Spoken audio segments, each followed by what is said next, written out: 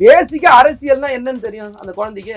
மழை வெள்ளத்துல பாதிக்கப்பட்டு அவனே பாவம் வீடு இல்லாம தண்ணியில மூழ்கி இருப்பான். அவனை வீட்டுக்கு வந்து உதவி வாங்கி போன்னு சொல்றது எவ்வளவு பெரிய செயல். சில வார்த்தைகள் தவிர்க்கணுன்றதுக்காக தான் நிறுத்தி பேச. ஒர்க் ஃப்ரம் ஹோம் நலத்திட்ட உதவி ஒர்க் ஃப்ரம் ஹோம்ல செஞ்ச ஒரே அரசியல் தலைவர் அந்த குழந்தையா தான் இருக்கும்.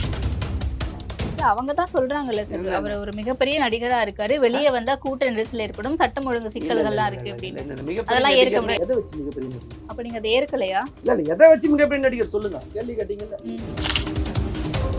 அவர் வந்து பெரிய நடிகர், அதனால நான் வெளில வர மாட்டேன் அப்படின்னு ஆட்சியில் வரேன், வீட்டிலே உட்காந்துக்க, மக்கள் கிட்ட போக மாட்டேன். ஒரு கட்சி ஆபீஸ்க்குள்ள பவுன்சர் வச்சு போன ஒரு கட்சி தலைவர் பாத்துருக்கீங்களா? நீங்க யாராவது பாத்துருக்கீங்களா சொல்லுங்க. அந்த தம்பி தான் போகும், அந்த குழந்தை தான் போகும். அரசியலும் தெரியல, அரிச்சுவடியும் தெரியல, யாரோ சொன்னாங்க, யாரோ எழுதி கொடுத்தாங்கன்றத வச்சு அரசியல்ல பேச ஆரம்பிச்சிச்சு. இனிமேல் அரசியல் தான் அந்த குழந்தை கத்துக்கும். 2026 எப்படி சந்திக்க போறீங்க? முதலமைச்சர் சொன்ன மாதிரி 200க்கு 200 நிச்சயமா. அதுவும் விமர்சனமாகுது, இருமாப்போடு 200 வெல்வோம்னு சொல்றாங்க. இல்ல அதாவது அந்த இருமாப்போடு அந்த குழந்தை சொல்றது இல்ல, நான் திரும்ப சொல்றேன், அந்த குழந்தை நிக்கிற தேர்தல்ல நிக்கிற இடத்துல டெபாசிட் வாங்க சொல்லுங்க. முதுகு வலியா, மூட்டு வலியா, கை கால் நீட்ட மடக்க இயலாமையா, அறுவை சிகிச்சை இல்லா குணம். டாக்டர் ஸ்ரீவர்மாஸ் பிசிஆர் மகாராஜா தைலம். சம்மர் ஹாலிடேஸ் வந்தாச்சு, நம்ம ஜிடி ஹாலிடேஸும் வந்தாச்சு. GT holidays, South India's #1 travel brand. Access Vibe and IFT Productions presents Majawa London with Asal Kolaru, happening on April 26th. Tickets link in the description. திமுகவுடைய சமீபத்திய செயற்பாடுகள் பார்க்கும்போது நிறைய விஷயங்களுக்காக குரல் கொடுக்குறாங்க. மும்மொழி கொள்கையா இருக்கட்டும், டீலிமிட்டேஷனா இருக்கட்டும், இப்ப சமீபத்துல வக்ஃப் போர்டா இருக்கட்டும், இப்படிங்கிறத தொடர்ந்து பார்த்துட்டு இருக்கோம். ஆனா இந்த வக்ஃப் போர்டு விஷயத்துல மட்டும் இவ்வளவு நாள் பேசாம இப்ப மட்டும் பேசுறாங்களோ, அரசியல் பண்றாங்களோ அப்படின்ற ஒரு பார்வை இருக்குல்ல சார்? யார் சொல்றா அப்படின்னு இல்ல, பொதுவாவே அப்படி ஒரு கேள்வி எழத்தானே செய்யும் எல்லாருக்கும். அதாவது ஒரு பிரச்சனை எப்போ உருவாகுதுன்னு பார்க்கணும். உருவாகும் போது அது பேசணும்.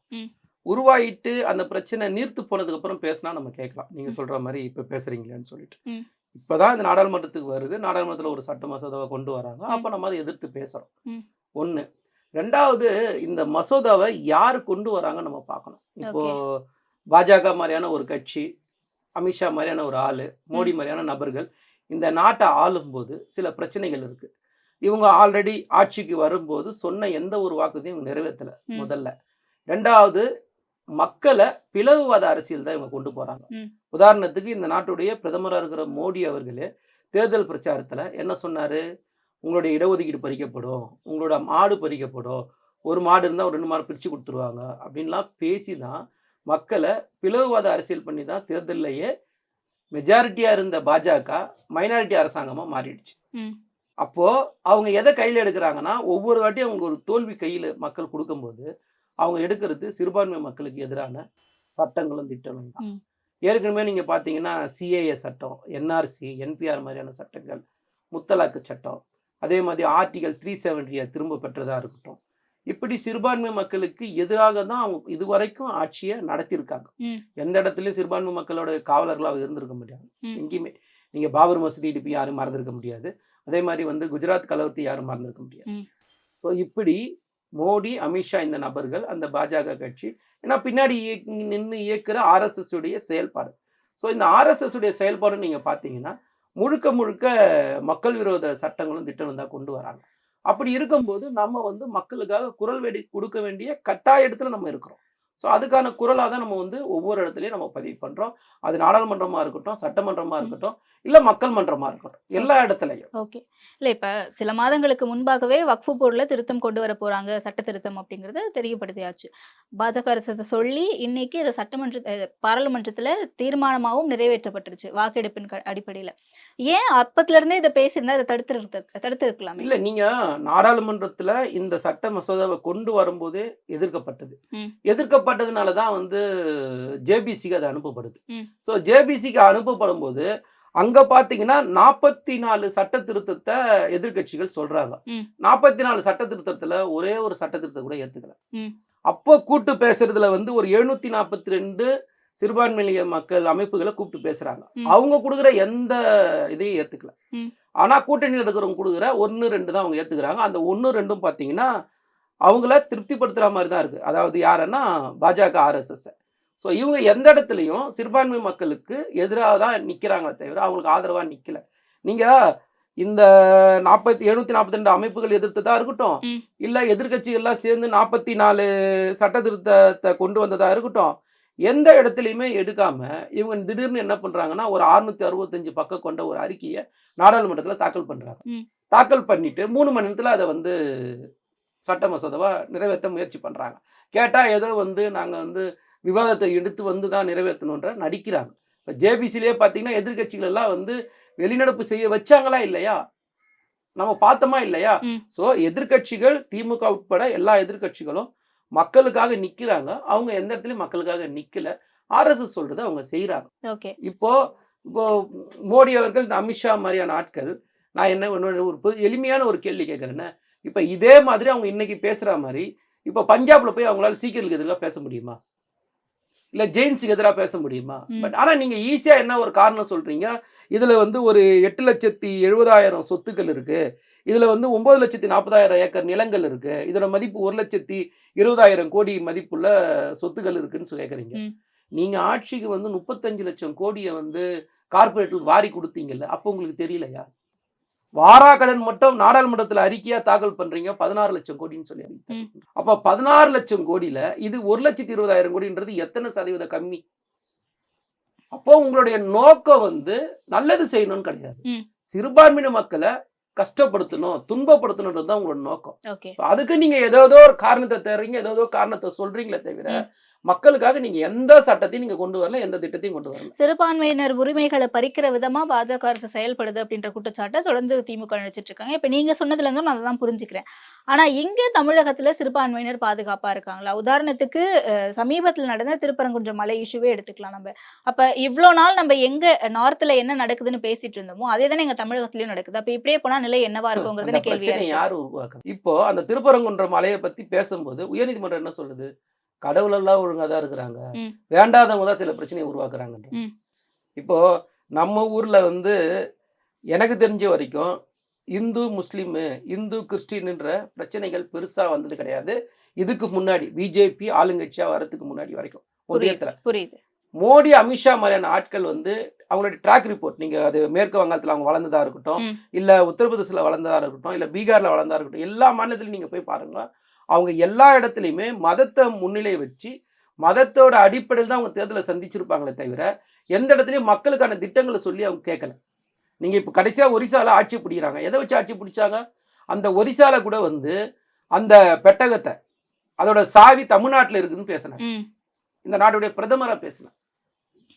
அப்போ இந்த நாட்டுடைய பிரதமர் பொய்யான வாக்குறுதியை கொடுத்து மதத்தோட அடிப்படையில், நீங்க தான் வாக்குறுதிகளை நிறைவேற்றாம இருக்கீங்க, பொய்யான வாக்குறுதிகளை கொடுத்திருக்கீங்கன்னு சொல்றாங்களே, உங்க மேல இருக்க குற்றச்சாட்டுகள். இல்ல, நீங்க பொய்யான வாக்குறுதிகள்ன்றது எதோட அடிப்படையிலன்னு ஒரு விஷயத்தை நம்ம தெளிவா பேசி ஆகணும். கொடுக்காத வாக்குறுதி, இப்ப காலை சீட்டுண்டி திட்டம் இருக்கு, நாங்க கொடுத்த வாக்குறுதியா? புதுமை பெண் திட்டம் நாங்க கொடுத்த வாக்குறுதியா? நான் முதல்வன் திட்டம் கொடுத்த வாக்குறுதியா? தமிழ் புதல்வன் திட்டம் கொடுத்த வாக்குறுதியா? கொடுக்காத வாக்குறுதிகளை நாங்க செஞ்சிருக்கோம் அப்படிங்கறத, கொடுத்த வாக்குறுதிகளை செய்யாம இருந்தா அத கணக்குல எடுக்க கூடாது. விஷயம் என்னன்னா, கொடுக்காத வாக்குறுதியை நிறைவேற்றிருக்கோம், கொடுத்த வாக்குறுதியும் 90க்கு மேல நிறைவேற்றிருக்கோம்னு சொல்லிட்டு முதலமைச்சர் தெளிவா சொல்லியிருக்காரு. 90% மேல நாங்க நிறைவேற்றி இருக்கிறோம்னா மீதி 10% எதனால நிறைவேற்றப்படலன்ற காரணத்தையும் நீங்க சேர்ந்து யோசிக்கணும். இப்போ ஒன்றிய அரசு மோடிக்கு முன்னாடின்னு வச்சுக்கீங்களேன், நீங்க மாநிலத்துக்கான வரி பகிர்வு, மாநிலத்துக்கான நிதி பகிர்வை பத்தி எந்த இடத்துலயுமே மோடி பேசுறதே கிடையாது. இப்போ மோடி ஆட்சிக்கு வந்ததுக்கு அப்புறம் நம்மளோட வரி வருவாய் எந்த அளவுக்கு குறைஞ்சிருக்குன்னு யாரும் பேச மாட்டாங்க. ஸோ நீங்க வரி வருவாய் எங்களுக்கு சரியா கொடுத்துட்டீங்கன்னா நாங்க சொல்ல வேண்டிய, செய்ய வேண்டிய இன்னும் திட்டங்களை நாங்க செய்வோம். அதை தான் முதலமைச்சர் சட்டமன்றத்திலே பதிவு பண்றாரு.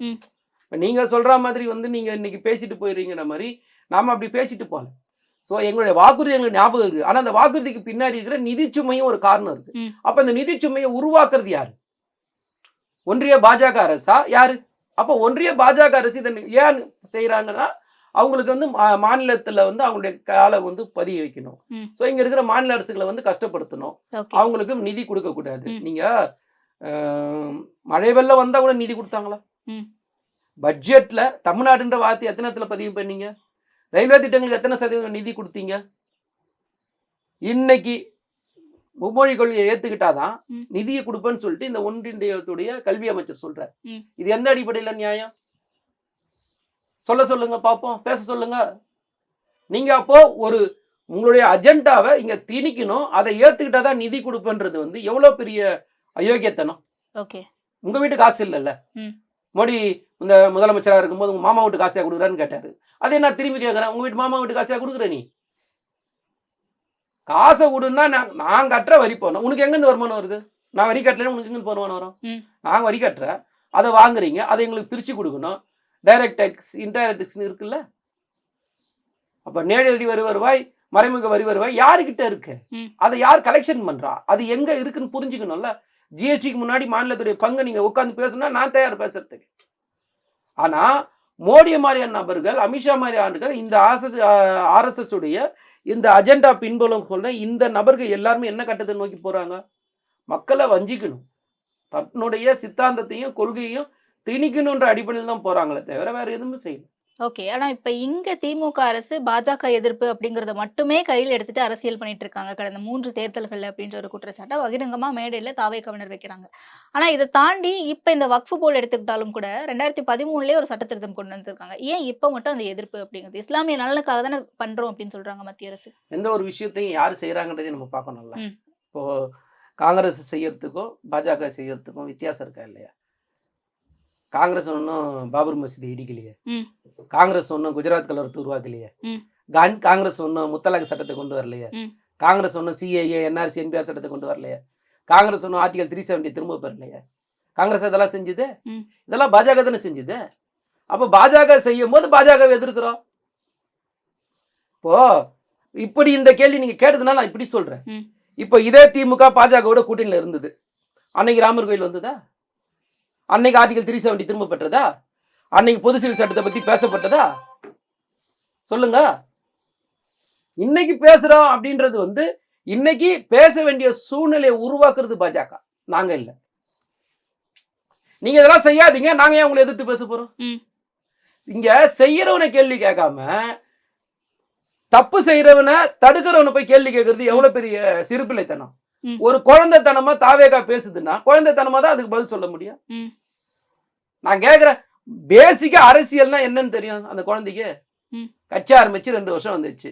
மழை வெள்ளத்துல பாதிக்கப்பட்டு அவனே பாவம் வீடு இல்லாம தண்ணியில மூழ்கி இருப்பான். அவனை வீட்டுக்கு வந்து உதவி வாங்கிப்போன்னு சொல்றது எவ்வளவு பெரிய ம்.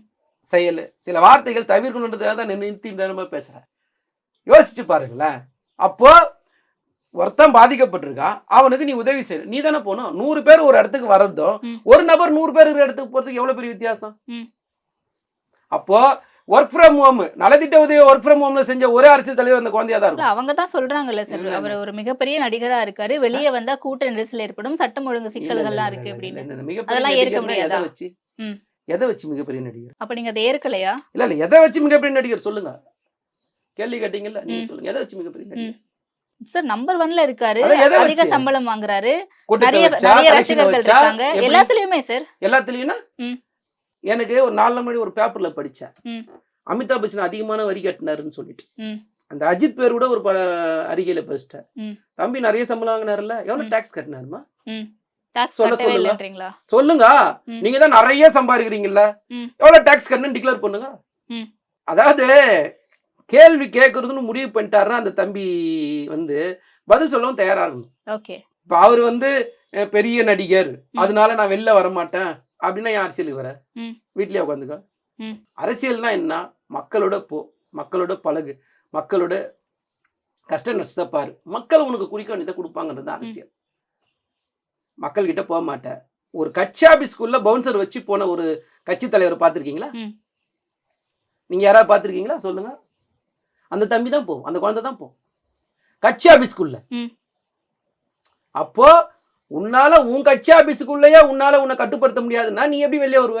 ம். அப்ப இதெல்லாம் எங்களை நம்பணும். நாங்க இதை பாக்குறவனோட ரசிகர்கள் நம்புவாங்க. ம்.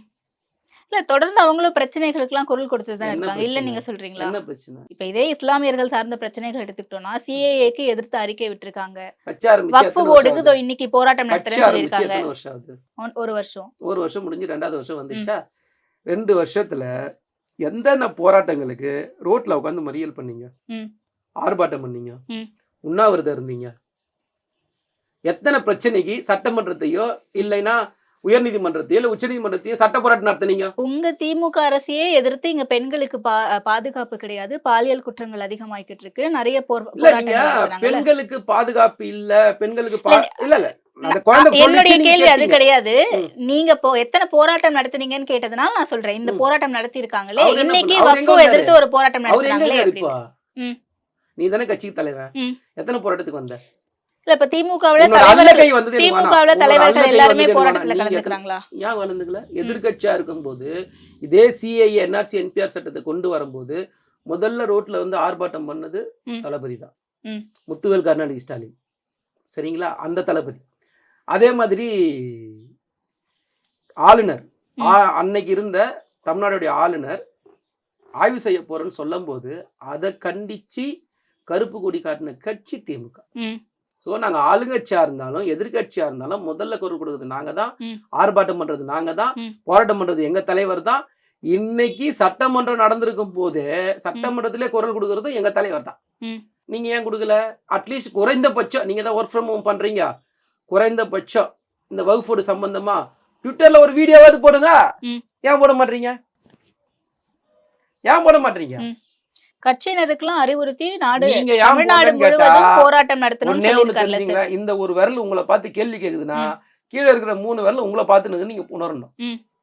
அதே மாதிரி அந்த குழந்தைய உணர்ந்தா நல்லது. ம். அந்த குழந்தைக்கு வந்து அரசியலும் தெரியல, அரிச்சுவடியும் தெரியல, ம். யாரோ சொன்னாங்க, யாரோ எழுதி கொடுத்தாங்கன்றத வச்சு அரசியல்ல பேச ஆரம்பிச்சிச்சு. இனிமேல் அரசியல் தான் அந்த குழந்தை கத்துக்கும். ஆனா திமுகவுக்கு நாங்க தான் எதிரி பிரதானமா அப்படின்னு சொல்றாரு. போட்டியே திமுகவா இல்ல தாவேகாவான் தான் இருக்கும் அப்படின்னு சொல்றாரு. ஒரு விஷயம் காய்ச்ச நீங்க மரத்துல குழந்தைன்னு சொல்றீங்க. என்னை பொறுத்த வரைக்கும் அரசியல்ல என்னோட அனுபவத்தை பொறுத்த வரைக்கும் நான் சொல்றேன், அரசியல் முதிர்ச்சியே இல்லாத ஒரு நபர், ம். அரசியல்னா என்னன்னு தெரியாத ஒரு நபர் ம். அந்த நடிகர். நீங்க தெளிவா ஒரு விஷயத்த புரிஞ்சுக்கணும். என்னன்னா இங்க இருக்கிற காலகட்டங்கள்ல அந்த தம்பி பேசுற ஏதாவது ஒரு குற்றச்சாட்டு ம். உண்மையா பொய்யான்னு பார்க்கணும். ம். அந்த குழந்தை சொல்றது எல்லாமே பொய் தானே சொல்லுது, என்னது உண்மையா சொல்லுச்சு? ம். இப்போ நீங்க ஒரு பிரச்சனையை சொல்ல ஆரம்பிச்சீங்க, என்சிஆர்பி டேட்டா, இப்போ என்சிஆர்பி டேட்டால பாதுகாப்பான மாநிலத்துல நம்பர் 1 மாநிலம் தமிழ்நாடு இருக்குது. நீங்க சொல்ல, நான் சொல்ல, ம். ஒன்றிய அரசு சொல்லுது. அப்போ ஒன்றிய அரசு பிரகாரம் நீங்களா நானா அப்படின்னு பார்க்கும்போது தமிழ்நாடு பாதுகாப்பான மாநிலம் ஒன்றிய அரசு சொல்லிடுச்சு. ம். ஒண்ணு. ரெண்டாவது வந்து அதிகப்படியான முதலீடுகள் வந்து இந்த 4 வருஷத்துல வருதுன்னா சும்மா வருமா? ம். அப்போ பாதுகாப்பான மாநிலமா இருந்தாதான் இன்வெஸ்டர்ஸ் உள்ள வருவாங்க. ஸோ இது 2க்கு மேல என்ன தரவுகள் உங்களுக்கு வேணும்? இப்போ அந்த ஒன்றிய அரசு கொடுக்குற தரவுகள் அடிப்படையில ஒரு குற்றச்சாட்டு சொன்னா பரவாயில்ல. ம். நீங்க யாரோ ஒருத்தர் உங்க ரூம்ல உட்காந்து எழுதி கொடுக்குறாங்க, அதை வந்து நீங்க பேசுறீங்கன்னு சொன்னா அதுக்கு எப்படி நாங்க பதில் சொல்லணும்? ம். அதெல்லாம் வந்து தெரிஞ்சுக்கிட்டு பேசினா ம். நல்லா இருக்கும். இல்ல, தரவுகள் அடிப்படையில பேசினா நல்லா இருக்கும். மன்னர் ஆட்சின்னு விமர்சனம் செய்யறாங்களே உங்களை. மன்னர் மன்னர் ஆட்சி பண்றீங்க அப்படின்ட்டு தமிழ்நாட்டுல. இல்ல அப்படின்னா அதோட மீனிங் என்ன? ம். அப்பாக்கு பிறகு மகன் அப்படின்ட்டு ஒரு மன்னர் ஆட்சி மாதிரி வாரிசு அரசியலை கொண்டு வந்து நீங்க பண்றீங்க அப்படின்ற அர்த்தத்துல சொல்றாங்களே. இல்ல முதல் ஒரு விஷயம், அரசியல் கட்சியில கிளை செயலாளர்ல இருந்து, பாக முகவர்ல இருந்து, வட்ட செயலாளர்ல இருந்து, பகுதி செயலாளர்ல இருந்து, மாவட்ட செயலாளர்ல இருந்து, மாநில நிர்வாகிகள்ல இருந்து, இதெல்லாம் கட்சி பதவி ம். முதல்ல. அதுக்கப்புறம் அதிகார பதவின்னு போனீங்கன்னா கவுன்சிலர்ல இருந்து, மாவட்ட கவுன்சிலர்ல இருந்து, எம்எல்ஏல இருந்து, அமைச்சர்ல இருந்து, முதலமைச்சர்ல இருந்து, எம்பில இருந்து எத்தனை பதவிகள்னு முதல்ல தெரிஞ்சுக்கணும். ம். அத்தனை படிநிலை பதவிகள்ல எத்தனை பேர் வாரிசுகள் இருக்கான்னு முதல்ல தெரிஞ்சுக்கணும். ம். அப்படி நீங்க சொல்ற மாதிரி நம்பர் 1 தான் கணக்குன்னு வச்சுக்கிட்டா, ம். சந்திரசேகர் இல்லைன்னா தம்பி விஜய் யாரு? ம். நான் கேட்கறேன். சினிமாவுக்கு கூட வாரிசு தேவையில்லை என்னை பொறுத்த வரைக்கும். ஆனா அரசியலுக்கு வாரிசு கட்டாயமா தேவை. ம். ஏன்னா தன்னுடைய சித்தாந்தத்தையும் கொள்கையையும் மக்கள் கிட்ட கொண்டு சேர்க்கறதுக்கு வாரிசு இல்லைன்னா சித்தாந்தம் தோத்துரும், ம். கொள்கை தோத்துரும். ம். ஸோ அதுக்கு கட்டாயமா வாரிசு வேணும். தேவையே இல்லாத சினிமாவுக்கு உங்க அப்பா இருப்பாரு, உங்க அப்பா மூலியமா நீங்க இருப்பீங்க, உங்க மூலியமா உங்க தம்பி இருப்பாரு, உங்க புள்ள இருப்பாரு. ம். ஆனா தேவையான கொள்கையும் சித்தாந்த அடிப்படையில் உருவாக்கப்படுற ஒரு கட்சிக்கு வாரிசு இருந்தா தப்புன்னு பேசுவீங்க. அதனால தான் நான் முதல்ல இருந்தே சொல்றேன், அந்த குழந்தைக்கு ஒன்றும் புரிதல் இல்லைன்ட்டு. புரியுது. ஆனா திமுகவினர் வந்து இன்னும் ஓராண்டுல தேர்தல் நெருங்க போகுது 2026ல. அதற்கான வேலைகள தான் இங்க நடக்கக்கூடிய பிரச்சனைகள திசை திருப்புறதுக்காக சமீபத்துல நெறைய அனைத்து கட்சி கூட்டத்த கூட்டுறாங்க. இப்ப கூட இவ்ளோ நாள் 4 ஆண்டு காலமா நீட்ட பத்தி பேசாம, இப்ப நீட்டுக்காக அனைத்து கட்சி கூட்டம் கூட்ட போறாங்க. டீலிமிட்டேஷனுக்காக அனைத்து கட்சி கூட்டம் கூட்டுறதா இருக்கட்டும், இல்ல பல்வேறு மாநிலங்கள்ல இருந்து முதல்வர்களையும், முக்கிய தலைவர்களையும் கூட்டிட்டு வந்து மீட்டிங் நடத்துறதா இருக்கட்டும். இதெல்லாம் வந்து தேர்தல்ல இருந்து திசை திருப்புறதுக்காக மத்திய அரசு மேல பழிய போட்டுட்டு இங்க மாநிலத்தில் நடக்கக்கூடிய பிரச்சனைகள மறைக்கிறதுக்காக அப்படின்ற குற்றச்சாட்டு இருக்கே. இல்ல நீங்க மத்திய அரசு மீது வந்து பழி போட்டுட்டு நாங்க தப்பிக்க பார்க்குறோம். அப்படிதானே ம். சொன்னீங்க? ம். பழின்றது எப்போ போட முடியும்? தப்பு செஞ்சா தான் போட முடியும். ம். தப்பு நீ செய்யாத விட்டுடு, நாங்க உங்க ம். மேல பழி போடுறத விட்டுறோம். ம். முடிஞ்சு போச்சு சிம்பிளா. நீ ஏன் டீலிமிட்டேஷன் பேசுற? ம். பேசாத. மும்மொழி கொள்கை பேசாத. நீங்க சொன்ன மாதிரி தான். நீங்க மத்திய அரசு இப்படி கை காட்டும்போது மீதி 3 விரலும் உங்கள தான் கை காட்டுது. அப்ப அதே திமுகவுல பிரச்சனை இல்லையா நான் கேட்கிறேன். ஆட்சியில. நான் திமுகவினா திரும்பவும் சொல்றேன். திமுகவுக்குள்ள நான் போட. திரும்பவும் திமுக சொல்றேன். ஆட்சியில. திமுகவுல நீங்க சொல்ற பிரச்சனைகள் எதனால வந்தது, யாரால வந்தது, எந்த சூழ்நிலை வந்ததுன்னு பார்க்கணும். நான் முதல்ல தெளிவா சொன்னேன். இப்ப நாங்க கொடுத்த ஒரு வாக்குறுதி வந்து பொருளாதார அடிப்படையில நிக்குதுன்னா, ம். அந்த பொருளாதாரத்தோட முழு அதிகாரம் எங்க இருக்கு? ஒன்றிய அரசு கிட்ட இருக்கு. ம். சோ அதனால அது நிறைவேற்றப்படாம நிக்குதே தவிர நிறைவேற்றவே கூடாதுன்றதுக்கான நிக்குது. ம். பட் அதுவே மோடி அவர்கள் சொன்னதோ, பிஜேபி சொல்றதோ, நீங்க கொடுக்கிற வாக்குறுதி மட்டும் சம்பந்தம் கிடையாது. இப்ப டீலிமிட்டேஷன் பத்தி நம்ம பேசுறோம். இப்ப ம். நீங்க சொன்னதுனால நான் சொல்றேன். இப்போ டீலிமிட்டேஷனை பத்தி பேசும்போது ஒன்றிய அரசு இதுவரைக்கும் அதை பத்தி நாடாளுமன்றம் இப்ப நடக்குது. ம். 30 வினாடிக்கு மேல ஆகாது பதில் சொல்றதுக்கு. ஏன் பிரதமர் பேச மாட்டாரு நாடாளுமன்றத்துல? ம். இப்ப யாருக்கு என்னென்ன பிரதிநிதித்துவம் இருக்கோ அது எதுவும் பாதிக்கப்படாது, அப்படியே இருக்கும். ஏன் சொல்ல மாட்டீங்க? ம். அப்போ பிரச்சனையை நாங்க உருவாக்குறோமா, நீங்க உருவாக்குறீங்களா? ம். சொல்லுங்க முதல்ல. ரெண்டாவது, டீலிமிட்டேஷனை பொறுத்த வரைக்கும் நீங்க விரும்பினாலும் விரும்பினாலும் 1975ல கொண்டு வந்த 42 திருத்தமா இருக்கட்டும், இல்ல 2001ல கொண்டு வரப்பட்ட 82வது திருத்தமா இருக்கட்டும், ரெண்டுமே 2026ல காலாவதி ஆயிடும். ஓகே. நீங்க விரும்பினாலும் காலாவதி ஆயிடும், நீங்க விரும்பினாலும் காலாவதி ஆயிடும். அப்ப நீங்க அதை கொண்டு வரணும். அப்ப எப்படி கொண்டு வருவீங்கன்றது தானே கேள்வி. அப்ப நாடாளுமன்றம் நடக்குது, பிரைம் மினிஸ்டர் இருக்காரு, உள்துறை அமைச்சர் இருக்காரு, நேரடியா போங்க, நேரடியா பதில் சொல்லுங்க, முடிஞ்சு போச்சு. ம். நாங்க என்ன கேட்கிறோம்? இன்னைக்கு நாடாளுமன்றத்துல எங்களுடைய தமிழ்நாட்டுடைய, இது திமுகவுடையோ அதிமுகவுடையோ பாஜகவுடைய பிரச்சனை கிடையாது. ஒட்டுமொத்த தமிழ்நாட்டுடைய பிரச்சனை, ஒட்டுமொத்த தென்னிந்திய மாநிலத்தோட பிரச்சனை. தீர்க்கிறது 30 வினாடி தானே. நானே சொல்றேன் 30 வினாடி நீங்க தீர்த்துருங்கன்ற. ஏன் கேட்க மாட்டீங்க? நீங்க தீர்க்க வேண்டிய இடத்துல நீங்க இருக்கிறீங்க. நீங்க தீர்த்துட்டா நாங்க அதை பத்தி ரெண்டாவது பேச முடியுமா? நீங்களே எளிமையா நாங்க உங்களை கேட்கிற பிரச்சனையை நான் உங்ககிட்ட வந்து சொல்றேன். தீர்க்கிற இடத்துல நீங்க தீர்த்துட்டா மறுநாள் நான் ஏன் அதை பேச போறேன்? புரியுது. மும்மொழி கொள்கை நான் ஆரம்பிக்கிறேன், நீங்க ஆரம்பிக்கிறீங்களா? ம். புதிய கல்விக் கொள்கையை ஏத்துக்கணும்னு சொல்லி நாங்க சொன்னோமா, நீங்க சொன்னீங்களா? ம். அதை ஏத்துட்டா தான் நிதி தரும்னு சொன்னது நீங்களா நாங்களா? ம். அப்படி நீங்க சொல்லும் போது நாங்க அமைதியா இருக்கிறது நாங்க ஒன்றும் எடப்பாடி பழனிசாமி இல்ல. நாங்க கொள்கைக்காகவும் கூட்டணிக்காக நான் வந்து ஆதரிச்ச ம். அப்படின்னு சொல்றாலும் நாங்க இல்ல. ம். எஸ்ஆர் பாலசுப்ரமணியம் வெளியில வந்து என்ன பேசினாரு? அன்வர் ராஜா வெளியே வந்துட்டு என்ன பேசினார் நாடாளுமன்றத்துல இருந்து? அந்த மாதிரி பேச நாங்க இன்னைக்கு தயாரா இல்ல. நீங்க பிரச்சனையை உருவாக்குறது நீங்க, அதை குறிப்பிட்டு சொல்ற நாங்க, அது உங்களுக்கு பிரச்சனையா இருக்கு. இதுதான் பிரச்சனை. ம். சோ பிரச்சனை நீங்க செய்யாதீங்க, பிரச்சனை முடிஞ்சிச்சு. இல்ல அதுதான். அப்ப மத்திய அரசு இவ்வளவு அழுத்தத்தை தமிழ்நாட்டுக்கு கொடுக்கறாங்க அப்படின்னும் போது, அங்க நம்மளுடைய எம்பிக்கள் குரல் கொடுக்கறாங்க. எம்பிக்களுடைய குரல் நசுக்கப்படுது அப்படிங்கறத திமுகவினர் பிரதானமா சொல்றாங்க. ஆனா இங்க சட்டமன்றத்துல அதே மாதிரி எதிர்க்கட்சியினுடைய குரல் நசுக்கப்படுது, அவங்க பேச விட மாட்டேங்கிறாங்க அப்படின்ற குற்றச்சாட்டு அவங்களும் உங்க மேல வைக்கிறாங்கல்ல. இல்ல இது வந்து எடப்பாடி பழனிசாமி கிட்ட ஒரு பிரச்சனை இருக்கு. ம். ஒரு தடவைக்கு 10 தடவை சட்டமன்றத்துக்குள்ள வாங்க விவாதம் பண்ணலாம்னு சொன்னது நாங்களா நீங்களா? ம். கொடுக்கிற வாய்ப்பை பயன்படுத்தாம போறது நீங்களா நாங்களா? ம். நாங்க பேசவே இல்ல, நாங்க பேசவே மாற்றோம். இப்போ ஒரு குறிப்பிட்ட ஒரு பிரச்சனையை சொல்றீங்கன்னு வச்சுங்களேன், அதை பத்தி பேசலான்னு முதலமைச்சர் கூப்பிடுறாரு. எந்த பிரச்சனையை வந்து பேசுனீங்க? பேச வேண்டிய பிரச்சனையை பேசுறது இல்ல, பேசக்கூடாத பிரச்சனையை பேசிட்டு நான் அதை பேசணும்னு சொன்னா அதை எப்படி பேச முடியும்? நாங்க வந்து நாடாளுமன்றத்தில் பேசணும்னு சொல்றது டீலிமிட்டேஷன், வரி பகிர்வு, மும்மொழி கொள்கை, இதை பத்தி நாங்க பேசுறோம். அதுவே சட்டமன்றத்தில் எடப்பாடி பழனிசாமி என்ன பேசினாரு? ஓ சொல்ற கள்ளக்குறிச்சி விஷசாயாரம் நடந்தது, விவாதம் பண்ண வான்னு கூப்பிட்டது முதலமைச்சர் கூப்பிட்டாரா கூப்பிடலையா? வராம வெளில போனது யாரு? இதுதான் பிரச்சனை. எடப்பாடி பழனிசாமிக்கு தன்னுடைய பதவிக்கு ஏத்த கண்ணியம் இல்ல, ஞானம் இல்ல. ஓகே. 2026 எப்படி சந்திக்க போறீங்க இப்ப? முதலமைச்சர் சொன்ன மாதிரி 200க்கு 200 நிச்சயமா வெல்வோம். அதுல ஓகே. எந்த மாதிரி மாற்றம் இருக்காது. ஓகே. ஆனா அதுவும் விமர்சனமாகுது. இருமாப்போடு 200 வெல்வோம்னு சொல்றாங்க அப்படின்னு. நிச்சயமா வாய்ப்பு இருக்கா இல்ல குறையறதுக்கான வாய்ப்பு இல்ல இருக்கா? இல்ல இல்ல. அதாவது அந்த இருமாப்போடுன்னு அந்த குழந்தை சொல்லுது இல்ல, ம். நான் திரும்ப சொல்றேன். அந்த குழந்தை நிக்கிற தேர்தல்ல நிக்கிற இடத்துல டெபாசிட் வாங்க சொல்லுங்க. மேற்கொண்டு அந்த குழந்தைக்கு பத்தி நான் பதில் சொல்றேன். ஓகே. அரசியல்ல. ஓகே. ஓகே. அப்ப நம்ம அரசியலை பொறுத்த வரைக்கும் அந்த குழந்தை என்ன நினைச்சிருக்குதுன்னா, கூட்டம்லாம் ஓட்டா மாறும்னு நினைக்குது. ம். பழைய டயலாக் தான் இருந்தாலும் சொல்றேனே, அதையே திரும்ப நானே சொல்றேனே. இங்க கூட்டம் சேர்த்தவங்கலாம் ஜெயிச்சதா சரித்திரம் கிடையாது. ம். ம்.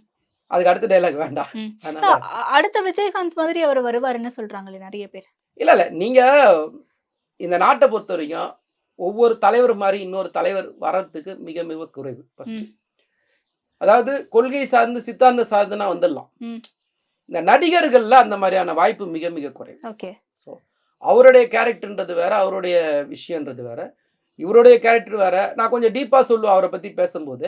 அவர் வந்து தன்னை வந்து ஒவ்வொரு படிநிலையிலையும் வளர்த்துக்கிட்டு வந்தார். ம். உங்களை மாதிரி திடுதிப்புன்னு ஒரு ராத்திரில வந்து கட்சி ஆரம்பிக்கிறேன், கொடி விடுறேன், நாளை காலைல நான் எலெக்ஷனை சந்திக்கிறேன். அவர் எத்தனை இடைத்தேர்தலை சந்திச்சார்? நீங்க எத்தனை இடைத்தேர்தலை சந்திச்சீங்க? ம். எல்லா விஷயம் இருக்குல்ல. ஸோ நீங்க இன்னொருத்தரா மாறுறதுலாம் எனக்கு நம்பிக்கை இல்லை. அவர் நின்று ஜெயிச்ச மாதிரி.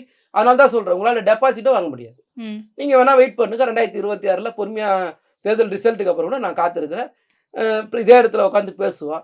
அந்த தம்பி டெபாசிட் வாங்கிச்சுன்னா பேசுவோம். நிச்சயமா தொடர்ந்து பேசுவோம். நேரத்திற்கு நன்றி சார். நன்றி. முதுகு வலியா, மூட்டு வலியா, கை கால் நீட்ட மடக்க இயலாமையா, அறுவை சிகிச்சை இல்லா குணம். டாக்டர் ஸ்ரீவர்மாஸ் பிசிஆர் மகாராஜா தைலம். சம்மர் ஹாலிடேஸ் வந்தாச்சு, நம்ம ஜிடி ஹாலிடேஸும் வந்தாச்சு. GT holidays, South India's #1 travel brand. Access Vibe and IFT Productions presents Majava London with Asal Kolare, happening on April 26th. Tickets link in the description.